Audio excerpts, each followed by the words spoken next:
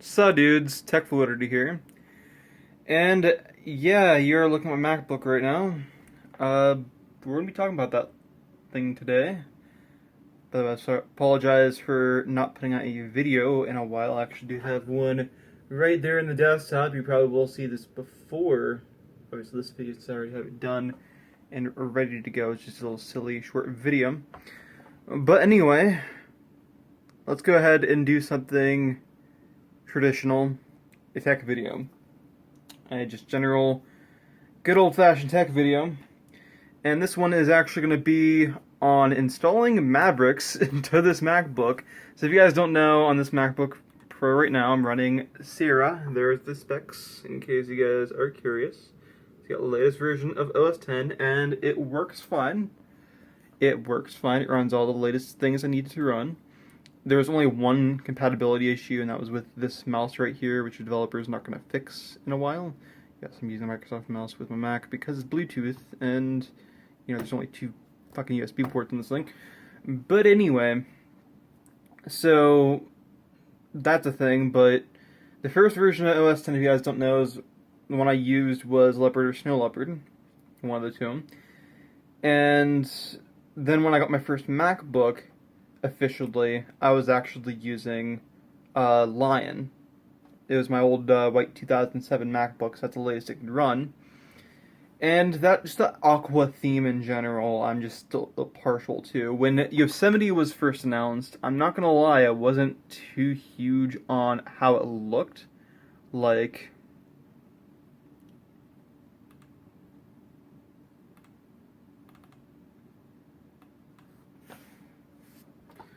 See, you have the flat folder layout, and you also have, I was especially critical on this, that straight up looks like someone just went into MS Paint and made a red, yellow, and green circles instead of, making it all glossy and nice and everything. But as with anything, it grew on me, and I came to like it, and I quite like the design now. Again, it just took a little bit of time for me to grow and to appreciate the design. I especially appreciate the dark menu bar, although they should transmit that with folders and their core apps and things like that as well. That would be really nice, but they probably will not do that. So yeah, let me first explain how I kind of got this idea. So I have this thing right here. Now again, this is my laptop for college mostly. Also just my my primary Mac. And this is an external hard drive enclosure, if you can't tell. And the nice thing about it, and the specific reason I got it, is it's also a USB 3 hub. Because again, this thing only has two USB ports, so might as well just kill two birds with one stone. That's nice and small and portable, and you only need to plug in one cable to it. You can plug in a power cable if you really want to, but I choose not to. If this thing will focus, probably not. Yeah, so it will plug in through USB 3. I think it's not focusing. But, so yeah, I got this for that purpose, and I was expecting to use this as your traditional external hard drive with, a 500 gig to 750 gig laptop drive, and to just do that. Well, I never really used that, because everything I do these days is in the cloud. I got unlimited Google Drive storage for my college, as well as the extra storage I have on my primary Drive account anyway, so it really wasn't that big of a deal. So as that experiment, I had a few spare SSDs laying around, and this one has Windows 2 Go on it. If you don't know what Windows 2 Go is, it's essentially a version of Windows, in this case Windows 10, pre-anniversary update, that's designed to be portable. So in this case, it's on an SSD, although you could put it on a flash drive, which I think is more intended to be. But yeah, I plugged this guy in to this, and I have a full Windows installation in case I want to play some games. Probably want to update this though, because again, pre-anniversary update, I want to keep things nice and up to date, preferably, just to make it all nicer. And what unfortunately cannot update this natively to Windows with the Windows anniversary update. Just something about Windows to Go, not liking that at all.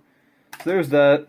I've used this drive right here. It's a 750 gig Seagate as a Time Machine drive, as you can see right there. I have this drive, which is a 500 gig Seagate as well. I just happen to have a bunch of Seagate drives lying around. This was my sort of data storage drive, but again, haven't really used it for much. Although, I will say this already has Mavericks on it. I went ahead and tested that out pre-handedly. And, yeah, it does work. But, of course, you don't really want to be using a OS on a hard drive these days. You want to be using an SSD, like this dirty PNY 120 gig Optima. Actually, build quality-wise, nicer than the, SanDisk? Yeah, SanDisk. Because that one's actually metal. The SanDisk is plastic, and you can actually... I noticed a weight difference right away when pulling this guy out. But don't know how PNY is in terms of reliability, and it's a 120 gig versus 128 like the SanDisk is. And which is fine because, as a lot of people might know, Windows consumes more hard drive space. In my experiences than OS 10 and especially Linux. Linux you can put on a 30 gig drive and probably be fine, to be honest. But yeah, although this Windows 10 code actually does not take that much drive storage, I'm not gonna lie. So yeah, so the plan is, as my MacBook is asleep, we're gonna be putting Mavericks on here. Now, this came on Mom's computer. She doesn't really need that much storage, and I just kind of had this in there for laziness. Probably going to image this, and then when she wants to use her computer again, I'll quickly image this to where her computer is now, or hopefully by then I'll find a smaller hard drive around here. That's the problem, is I can't really find too many good choices, and the other hard drives I have are IDE, so that's unfortunate.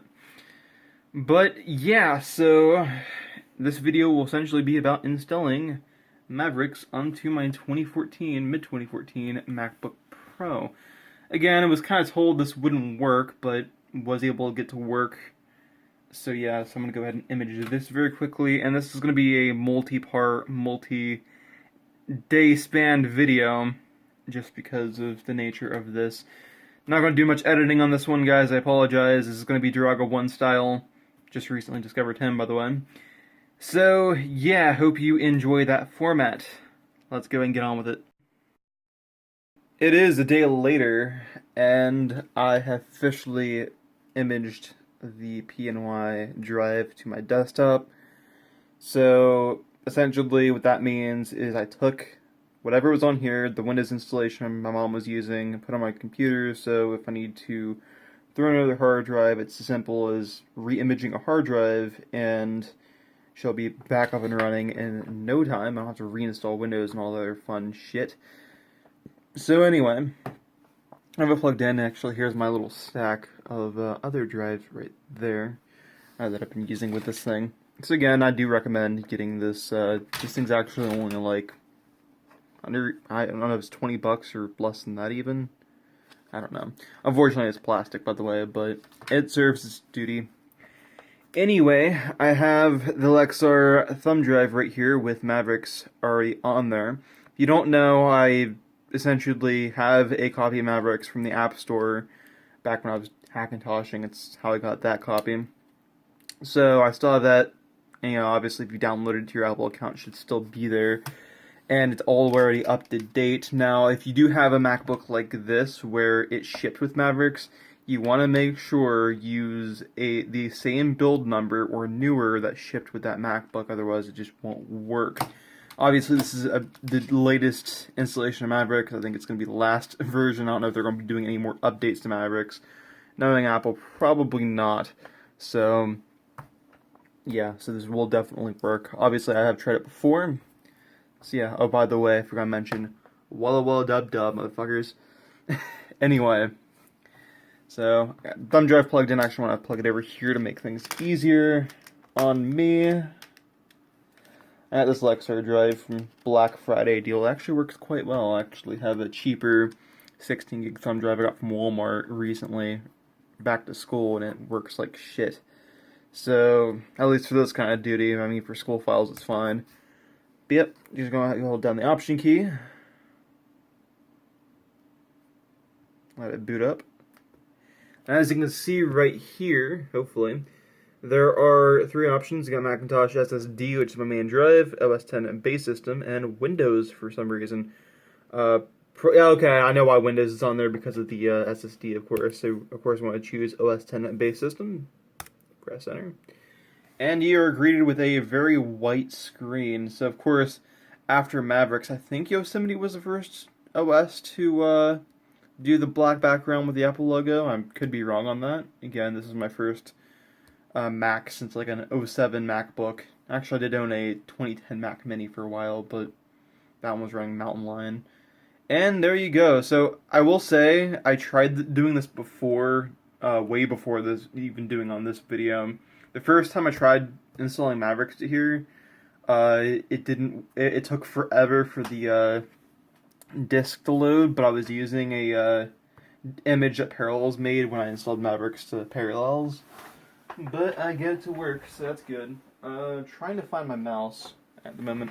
So, really cool thing. So I have a Microsoft Bluetooth mouse, if you guys didn't see from the last video, and it magically works just like that. Like, I paired it to the OS 10 partition on the actual machine, and it, or the, Mac OS partition to the actual machine with Sierra, and I don't know, it just works. I mean, out of the box, how do I explain this? Sorry if I'm going to be cutting this part of the video, and I bumped something there. So, I have this Bluetooth mouse right here, and a thing I noticed is after pairing it with Sierra, that I'm assuming Apple's doing some sort of trickery because they kind of have to with all of their desktops right now shipping by default with a Bluetooth mouse and keyboard. But, like, you go to an install screen like this, where you go to a Windows install screen, and the Bluetooth mouse just works. I mean, then again, this is the first Bluetooth device I've used, but I've never had that happen where it just kind of, especially with the one that's not even, didn't come with the machine, wasn't paired to the machine when I first got it. After pairing it to the Mac partition, it just works. So, I don't know how Apple does that, but maybe there's a process. I don't know. Kind of new with this. But okay, so disk utility, of course, we have to do that. Going to go ahead and format this, or partition, really, this drive, because we need to make sure it's GUID for it to be Mac. And then we're going to, of course, format this Mac OS extended journal. I'm just going to name this Mavericks. Like so. If we can focus in this. So yeah, and now we're just going to go ahead and press apply. I apologize for the shaky hand. I'm holding my phone with one hand. And we're just going to click partition. Yeah, look at these UI elements compared to Yosemite. It just looks nostalgic in a way. I want to get myself a Snow Leopard compatible Mac eventually. Might buy one from a friend actually. Just to have it thrown around because, again, that was Snow Leopard was the first Mac OS I used and was when I actually got into computing in general. Alright, so we should be good, and we're just going to go ahead and click reinstall OS 10, which is kind of funny how they word that, but whatever.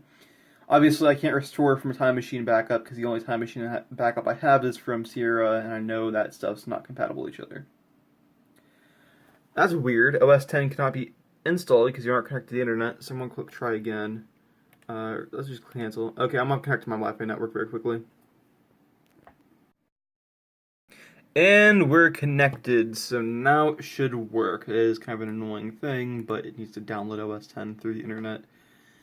OS 10 Mavericks. To set up the installation of OS 10 Mavericks, click continue. I'm eligible. That actually does not take long at all. Of course, it just has to make sure your Mac's compatible. Of course, I hate this natural scrolling shit. I've never really cared much for it, especially because all other PCs use, the regular scrolling, so thankfully Apple actually has an option for that. I agree.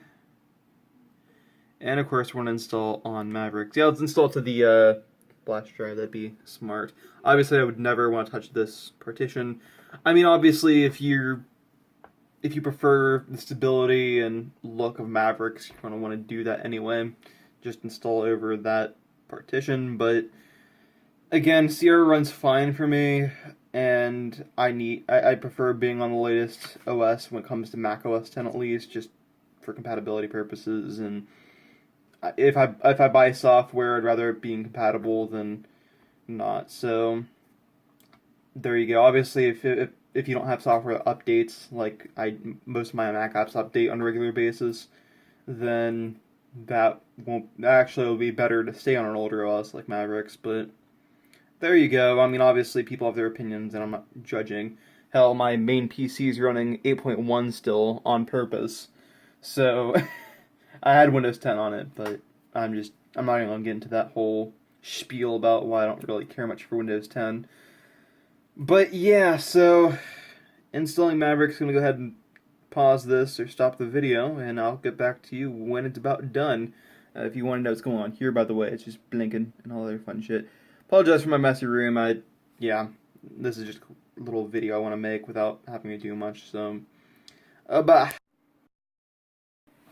Okay, so install done. Just now rebooted right when I turned on the camera.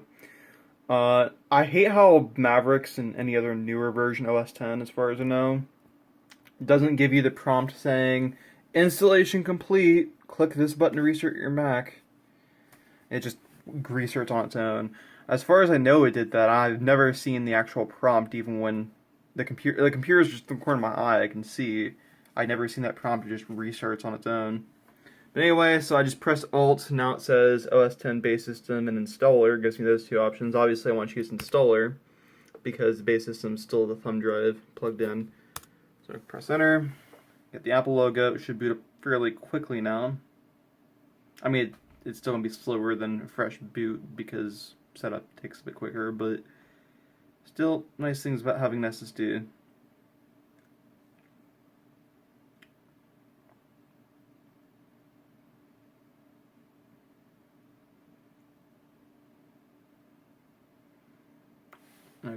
Okay, yeah, I forgot there's a actually install the thing because I think it just downloaded the actual installer to the drive. That might be what I'm thinking of, that this is not technically a full install per se that's on the drive. It has to transfer files. It has to download and transfer files to the actual SSD. This shouldn't take too long at all though, so I'm back a little bit. Back once again, this time it actually did show the install complete screen, so that's good. And now we have another two options. So Macintosh SSD, OS 10 base system, of course I'm not going to choose that because that is a DAT thumb drive right there. Mavericks in recovery 10.9.5. That is for if there's an issue. So I'm just going to choose Mavericks, of course. It's actually already selected. And again, unbearably white Apple screen. That is one of the nice. Oh, sorry. That is one of the nice things. I am very happy that changed in Yosemite. I love that black Apple screen personally. And just like that, we are at the welcome screen. So I'm going to be choosing United States, of course. That's where I'm from. US keyboard. Set my Wi-Fi network. I'll be right back. It keeps doing this thing where it'll ask me for my password initially, and I'll type it, and then it says it doesn't work. Then I have to go back, forward again, type it in again, then it blanks the entire thing out, and then finally it works. It's kind of just a weird bug. I think it's in Mavericks. Or it's just a weird thing about this particular drive. I don't know. Anyway, don't transfer any information now, of course. Don't sign in right now because I use a password manager for everything. Yes, skip. Yes, I've totally read all of that. I've totally done that. Name, Alan. You guys should know my name by now. If not, hi. Account name, I'm just going to keep it the same. Password, super secret, of course, as we always do here. Nope, don't require it, and let's not send diagnostics to Apple. Don't want to register this Mac because it should already be registered if I'm not mistaken. If it isn't, then I should probably do that later. And setting up your Mac, oh boy.